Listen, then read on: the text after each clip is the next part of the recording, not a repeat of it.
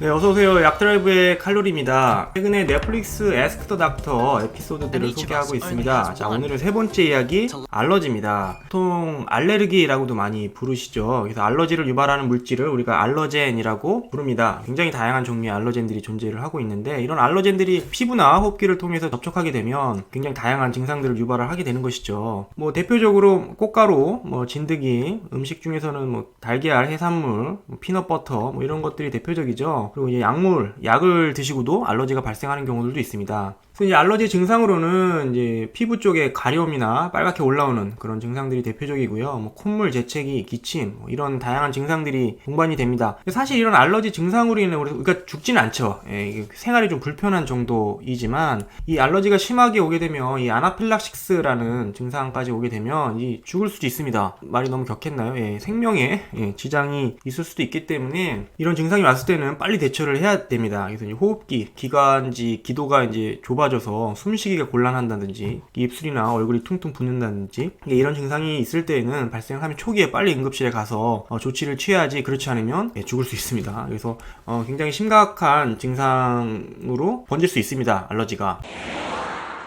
이 드라마 보셨나요? 슬기로운 의사생활인데요. 저도 재밌게 봤습니다. 여기서도 보면 이 등장인물 중에 장겨울 선생, 장겨울 선생이 의사입니다. 의사인데 진통제를 먹고 아나필락시스가 와서 응급실에 실려가는 그런 장면이 나옵니다. 그러니까 의사든 약사든 누구든 사실 먹어보지 않고는 이 약이나 어떤 음식이 알러지가 있을지 잘 모릅니다. 모르기 때문에 그런 비슷한 증상이 왔을 때는 초기에 대응을 잘 하셔야겠죠. 자, 이 영상에서는 첫 번째로 이런 알러지가 발생하는 이런 알러지가 많아지는 이유를 이제 위생 가설로 설명을 하고 있습니다. 위생 가설은 사실 제가 예전에 그 옛 친구 가설과 함께 영상을 만들어서 소개해드린 적이 있습니다. 그렇기 때문에 자세한 내용은 그 영상을 보시면 되겠고요. 간략하게 말씀을 드리자면 이제 어려서부터 이 다양한 환경과 자주 접촉을 해야지만 나중에 커서 알러지 발생 확률이 줄어든다, 이런 내용이고요. 단순히 알러지뿐만 아니라 관련된 질환 중에 이제 아토피나 천식 질환들도 어려서 다양한 환경과 자주 접촉을 해야지만 유병률이 낮아진다, 이렇게 설명을 하고 있습니다. 즉 다시 말해서 이제 어려서부터 너무 이제 깨끗한 환경에서 자라게 되면 커서 이 알러지에 취약해지고 아토피나 천식의 발생할 확률이 높아진다, 이해하시면 되겠습니다. 보시는 것처럼 예전에 이런 농촌 사회에서 많이 자랐죠. 그래서 이제 길도 흙길이고 산도 있고 풀도 있고 가축도 기르고 이런 환경과 도시화가 되면서 바닥에는 아스팔트가 깔리고 콘크리트 건물들이 들어서면서 기껏해야 이런 가로수 정도가 전부인 이런 식물들이 보이시죠. 이런 환경과 이런 환경에서 우리가 산다면 접촉하게 되는 물질의 종류가 다르겠죠. 이제 아무래도 도시화가 된 이런 오른쪽 그림과 같은 곳에서 살게 되면은 다양한 어떤 또 화학물질, 또 환경 호르몬, 또 황사, 들어도 안 좋은 그런 물질들과 접촉할 수 있는 기회가 많아지는 것이죠. 그럼 당연히 알러지도 심해지는 것이고요.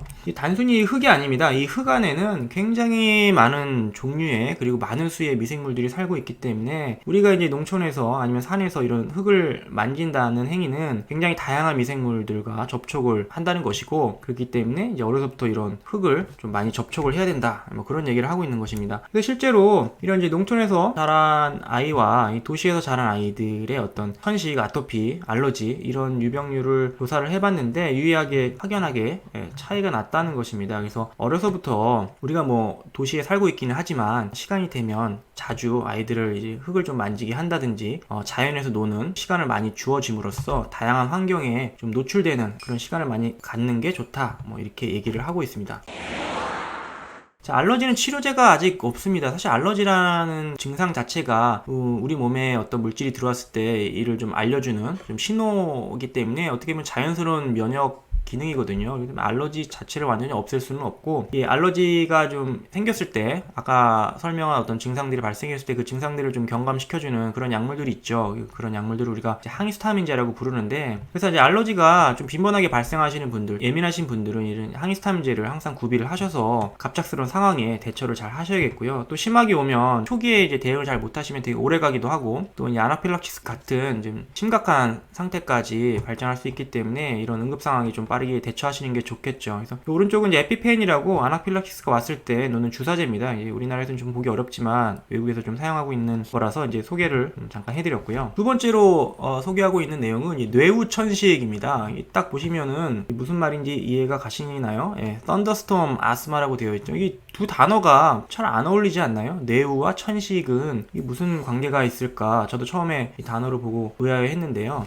2016년도 호주에서 이 뇌우천식으로 6명이 사망을 했고 8,000명이 넘는 사람들이 병원행 이런 기사가 났습니다. 병원행이라 함은 이제 응급실을 얘기하는 거고요. 그러니까 하룻밤 사이에 갑자기 이제 천둥번개가 치면서 돌풍이 불어왔는데 사람들이 갑자기 어떤 알러지 증상, 아나필락시스 증상이 생겨서 한꺼번에 응급실을 찾은 겁니다. 상상해 보시면 아시겠지만 얼마나 좀 아비규환의 재난 영화 같은 그런 상황이 발생 아마 했을 것 같아요. 그래서 이제 해외 토픽으로도 나오고 기사로 소개된 적이 있는 것 같습니다. 특히 뇌우천식은 이제 우리도 경험해보셨죠. 갑자기 이제 날벼락이 치는 기상이변이라든지 막다가 갑자기 막 비가 오고 바람이 불고 그런 경험들 살면서 한두 번씩은 있지 않으신가요? 예. 저도 생각을 해보면 그런 적이 있었던 것 같아요. 그런 것처럼 갑자기 어떤 이제 상승 기류가 생기면서 구름이 만들어지고 갑자기 천둥번개, 비와 돌풍이 동반되는 이런 케이스들이 생기는 거죠. 물론 빈번하진 않지만 기상이변이 생겼을 때 이 지면에 있는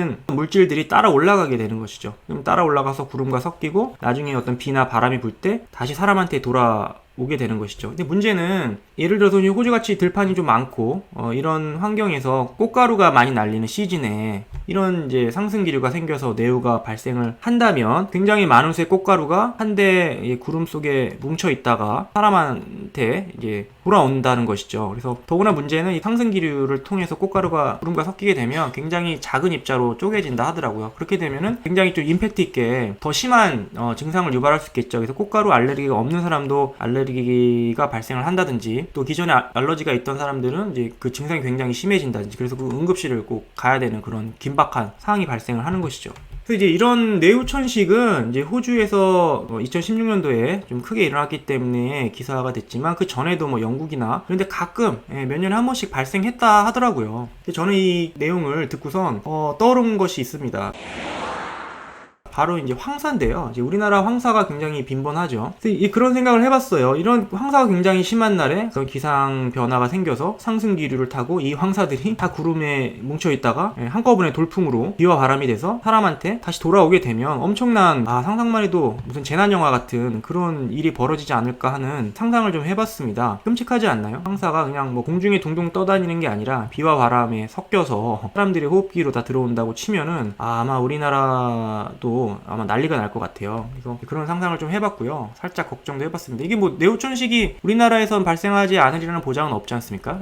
그래서 이제 다양한 재난 영화에 뭐 바이러스라든지 어떤 감염병도 소재로 많이 쓰이지만 이런 기상변화 뭐 이런 것들도 많이 쓰이잖아요. 그래서 이제 이 뇌우천식도 이 재난 영화의 소재로 써도 되겠다, 괜찮다, 뭐 이런 생각도 좀 해봤습니다. 자, 요약을 하자면 아직 그 알러지 치료제는 존재하지 않습니다. 그렇기 때문에 알러지가 있으신 분들이나 알러지가 좀 심하시고 빈번하신 분들은 상황을 좀 잘 대처해야겠고요. 항히스타민제를 준비한다든지 그런 증상이 왔을 때 빨리 신속하게 대처를 한다든지 대처 자세 좀 필요하겠고요. 이제 알러지가 자주 발생하는 이유, 높아지는 이유는 이제 위생 가설로 설명을 하고 있습니다. 그래서 어려서부터 좀 자연과 친해져서 여러 가지 어떤 다양한 환경과 접촉하는 기회가 많아져야 이런 알러지의 어떤 유병률이 좀 낮아진다. 그렇게 설명을 하고 있고요. 또 이제 뇌우천식이라는 좀 특별하고 재밌는 예전에 어떤 케이스를 소개를 했습니다. 그래서 우리나라에서도 발생할 수 있지 않을까 하는 생각도 좀 해봤고요. 오늘은 이제 그 에피소드 3 알러지에 대해서 리뷰를 좀 해봤습니다. 감사합니다.